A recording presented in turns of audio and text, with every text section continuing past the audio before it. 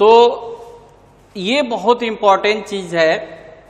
आप जैसे अपनी बुक में, अपनी किताब में एक देखते हैं, एक चार्ट बना रहता है और उसमें विभिन्न प्रकार के जो परमाणु हैं उनका परमाणु भार दिया रहता है। तो अगर ये मात्रक अगर U में है तो आप सोचिए कि एक सिंगल परमाणु का ये भार है, और अगर ग्राम में है, ग्राम परमाणु भार, तो वो 1 मोल का है।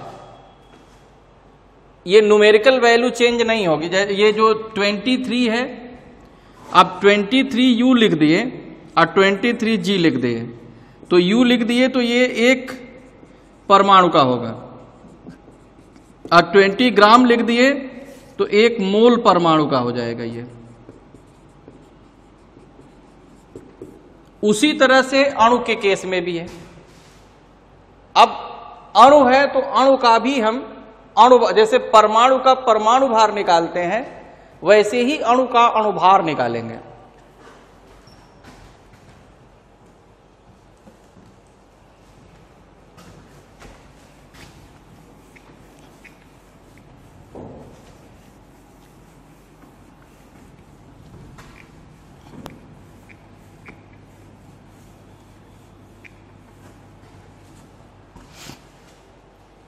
तो अणुभार,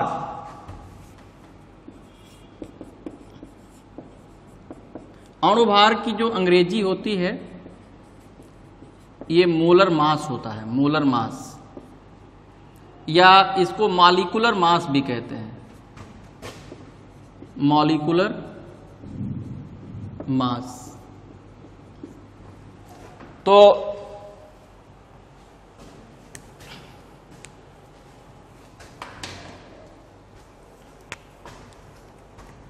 अणुभार होता क्या है? तो किसी यौगिक अणु में उपस्थित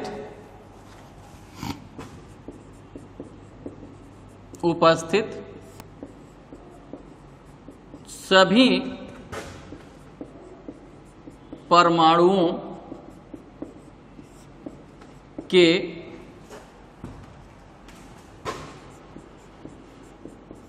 परमाणु भारों का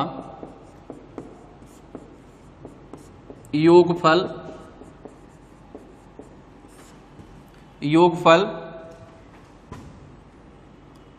अणुभार कहलाता है।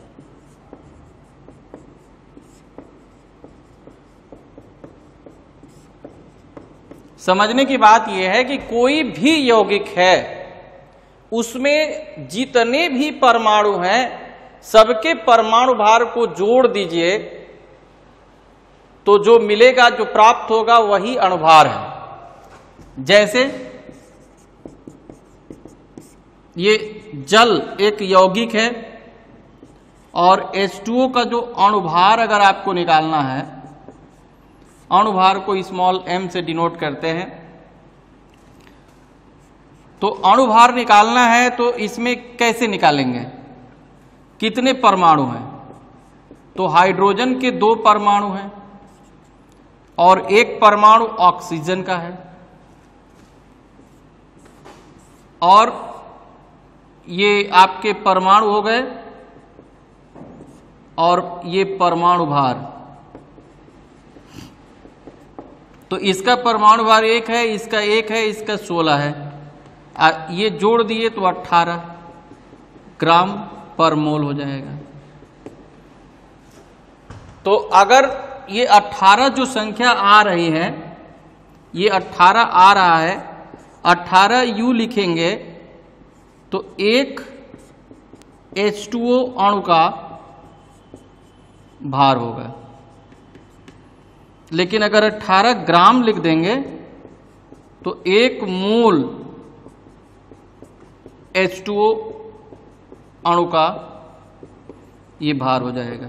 मतलब 1 मोल का मतलब 6.022 इंटू 10⁻23 इतने अणुओं का ये भार होगा अगर ग्राम लिख देंगे तो। लेकिन अगर U लिखेंगे तो एक सिंगल अणु का भार होता है। इसी तरह से आप एक और एग्जाम्पल ले सकते हैं, जैसे CO2 का निकालना है। तो CO2 का निकालना है तो कार्बन है और ऑक्सीजन है। अब कार्बन तो एक ही है, ऑक्सीजन 2 है, तो इसका कार्बन का परमाणु भार 12 होता है, इसका 16 होता है, और ये 32, 44 आ गया। माने CO2 का जो अणुभार है वो कितना आ गया? 44 आ गया।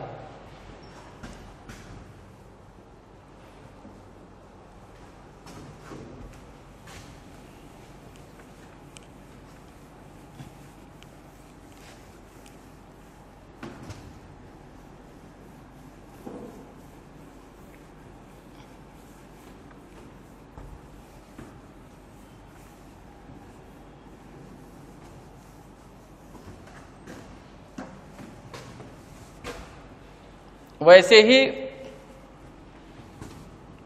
कुछ और भी एक प्रश्न ले लेते हैं। निम्नलिखित यौगिकों का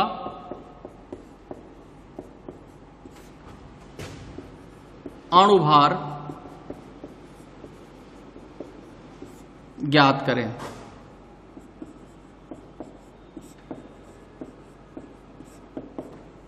तो जैसे ये H2SO4 है, सल्फ्यूरिक अम्ल,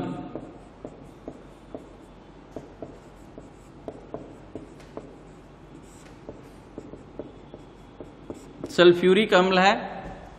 इसका अगर आपको निकालना है तो कैसे निकालेंगे? जैसे H2SO4 है तो हाइड्रोजन, सल्फर और ऑक्सीजन।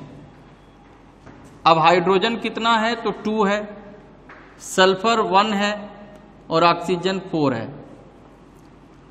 अब देखिए, जैसे हाइड्रोजन का परमाणु भार 1 होता है, सल्फर का 32 होता है, O का 16, ऑक्सीजन का 16 होता है।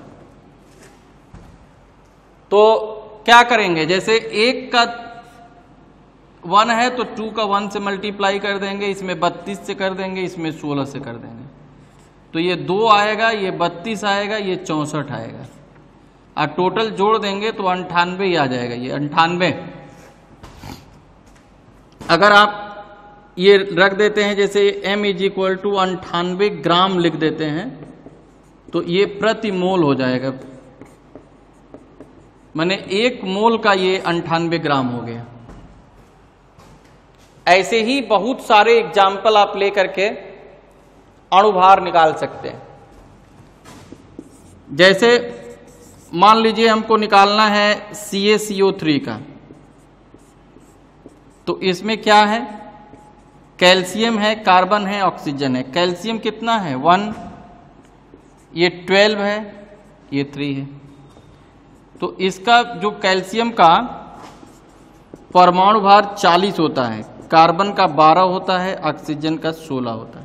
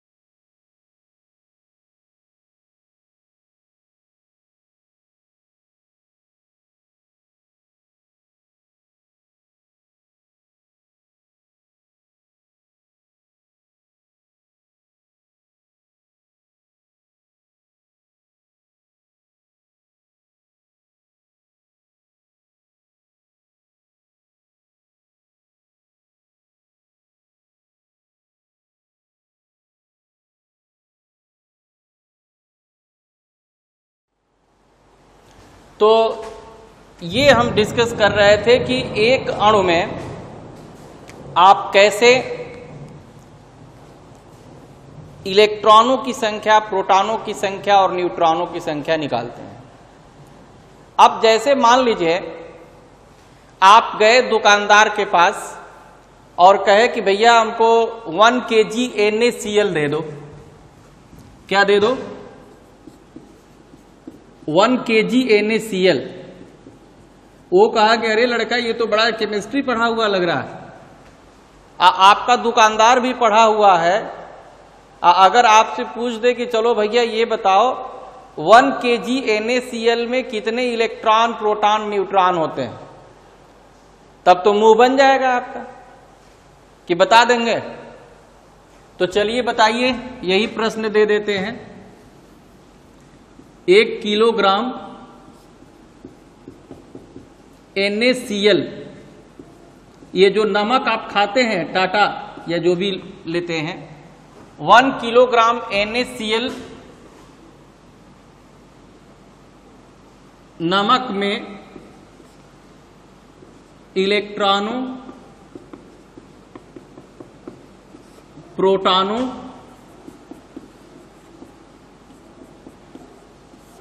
एवं न्यूट्रॉनों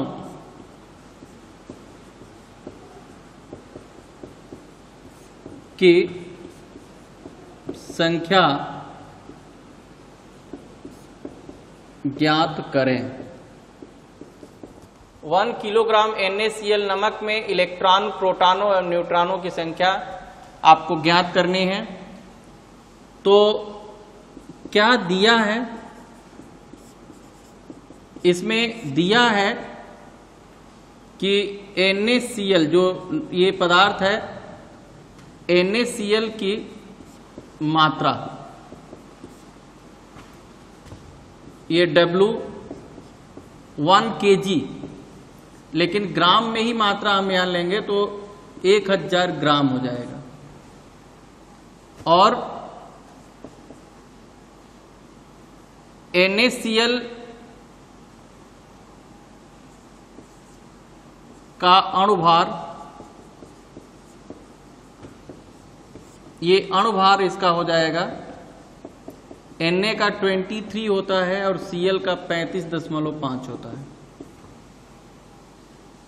तो ये आपका हो जाएगा 23 अब 35.5, तो 58.5 ग्राम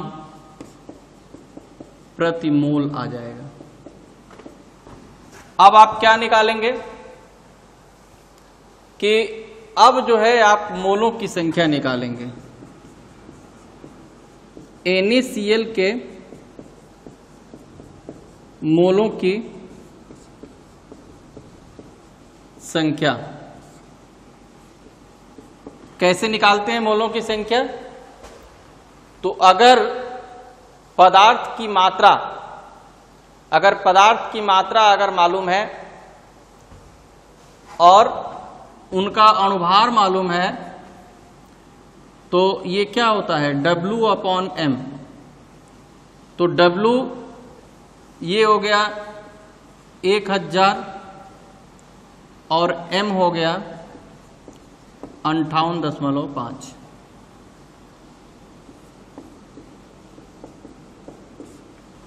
तो ये मोलों की संख्या निकल जाएगी। और जब मोलों की संख्या निकल जाएगी तो अणुओं की संख्या निकल जाएगी।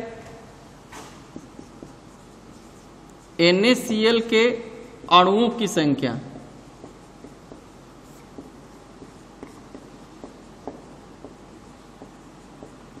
तो एक मोल में कितने अणु होते हैं? 6.022 इंटू 10⁻23। तो इतने जो मोल हैं इसमें कितने होंगे? तो गुणा कर देंगे। एक मोल में इतना, तो इतने मोल में कितना, गुणा कर दिए। अब जब अणुओं की संख्या पता चल गई तो एक अणु में कितने अब इलेक्ट्रॉन, प्रोटॉन, न्यूट्रॉन होंगे? तो एक अणु में एक अणु में एक अणु NaCl में, तो एक अणु NaCl में जैसे सोडियम है और क्लोरीन है। अब इलेक्ट्रॉन और प्रोटॉन तो बराबर होंगे, जैसे सोडियम में ये सोडियम का 11 Na23 और 17Cl ये 35 होता है, तो 11 इलेक्ट्रॉन प्रोटॉन हो गए और 23 में से 11 गया तो 12 जो है ये न्यूट्रॉन हो जाएंगे। उसी तरह से क्लोरीन में ये 17 इलेक्ट्रॉन प्रोटॉन होंगे और ये 35 है, 35 तो ये 17 घटेगा 18 हो जाएगा, यानी कि 28 आपके इलेक्ट्रॉन प्रोटॉन हो गए और 30 न्यूट्रॉन हो गया। ये तो एक अणु में हुआ। तो कुल अणुओं में इलेक्ट्रॉनों की संख्या, कुल अणुओं में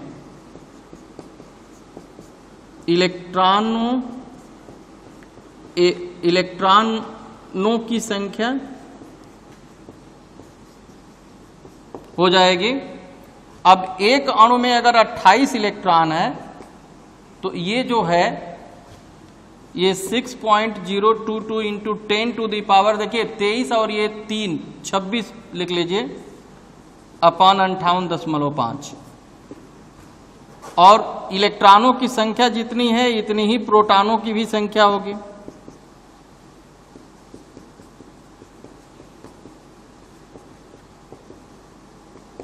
तो यही सेम हो जाएगा।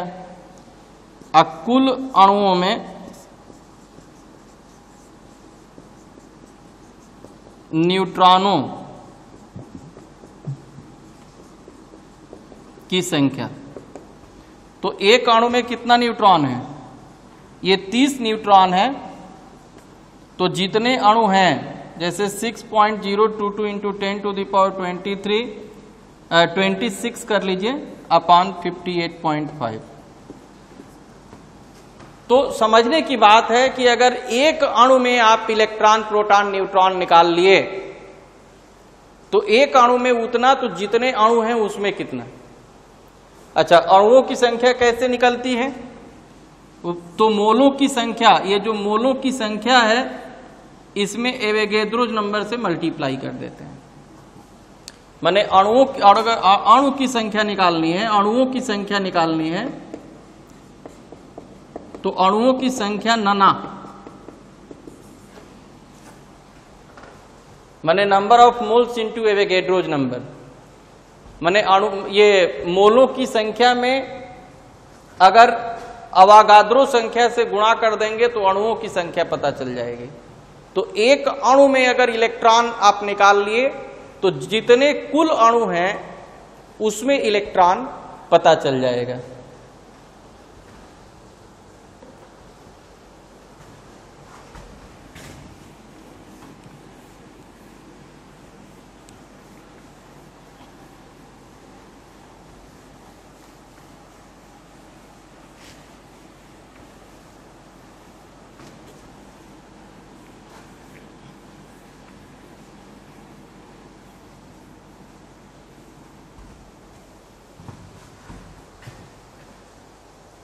अब आपको अभी जो न्यूमेरिकल दिए थे कि 1 किलोग्राम NaCl में इलेक्ट्रॉनों की संख्या बताइए, तो आप 1 किलोग्राम यानी कि मास दिया है W, अणुभार निकाल लिए, इसके बाद मोलों की संख्या निकाल लिए, फिर मोलों की संख्या में अवागाद्रो संख्या से गुणा करके अणुओं की संख्या निकाल लिए, अब फिर एक अणु में कितने इलेक्ट्रॉन प्रोटॉन न्यूट्रॉन हैं ये पता कर लिए।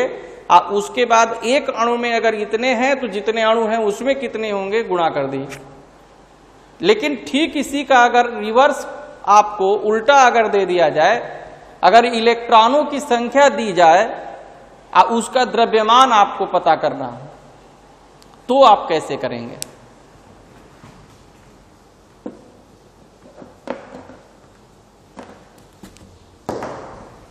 जैसे प्रश्न ये है कि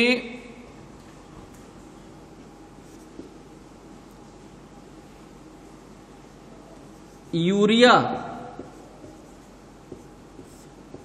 में 1.2044 इंटू 10⁵ इलेक्ट्रॉन उपस्थित हैं,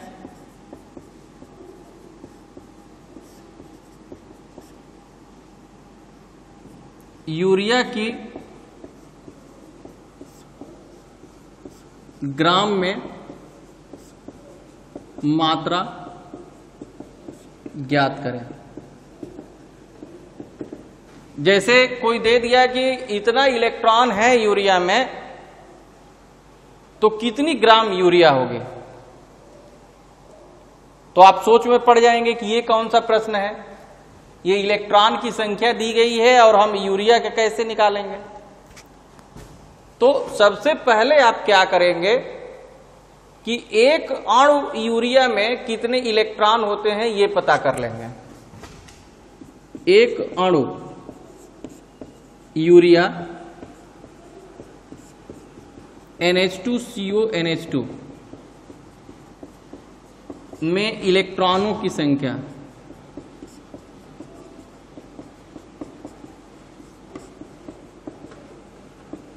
तो अब ये NH2CONH2 है,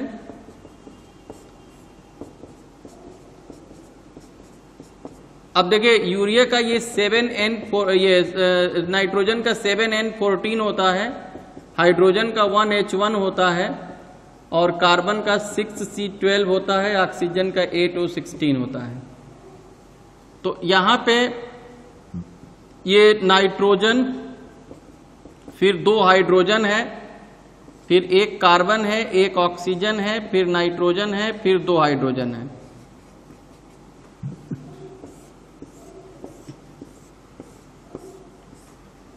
और इलेक्ट्रॉन जो होंगे ये परमाणु क्रमांक के बराबर होते हैं। तो 7 होगा, ये 1 होगा, ये 1 होगा, ये 6 होगा, ये 8 होगा, ये 7 होगा, ये 1 1 होगा। आज जोड़ देंगे तो 7 2 9 6 15 15 8 23 23 7 30 2 32, ये 32 हो जाएगा। नाइट्रोजन 2 है तो 14 और 4 18 18 6 24 और 24 8 32 हो गए। तो ये एक अणु में इतने इलेक्ट्रॉन हो जाएंगे।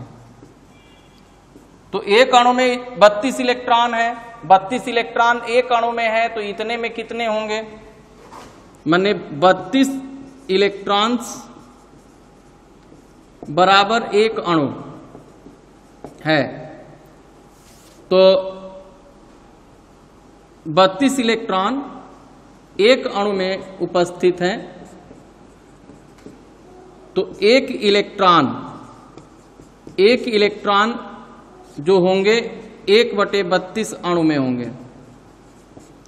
और जितना दिया है 1.2044 इंटू 10⁻25 इलेक्ट्रॉन्स, तो ये 1.2044 इंटू 10⁻25 इंटू 1/32 इतने अणु हो जाएंगे। और जब ये इतने अणुओं की संख्या पता चल गई तो मोलों की संख्या पता चल जाएगी। अब मोलों की संख्या, ये N, ये क्या होता है W/M। तो ये W दिया है, ये 1.2044 इंटू 10⁻25 अपान 32, M हो जाएगा यूरिया का 60। तो ये मोलों की संख्या पता चल जाएगी। अब मोलों की संख्या N = क्या होता है W/M, तो W = N × M। तो मोलों की संख्या में अगर आप अणुभार से ये मोलों की संख्या जो W/M तो होता ही है, तो ये निकल गया, ये W/M यानी कि ये 60 हो जाएगा और गुणा कर देंगे तो ये आपका वेट निकल जाएगा। तो ये इतने अणु हैं अब जैसे,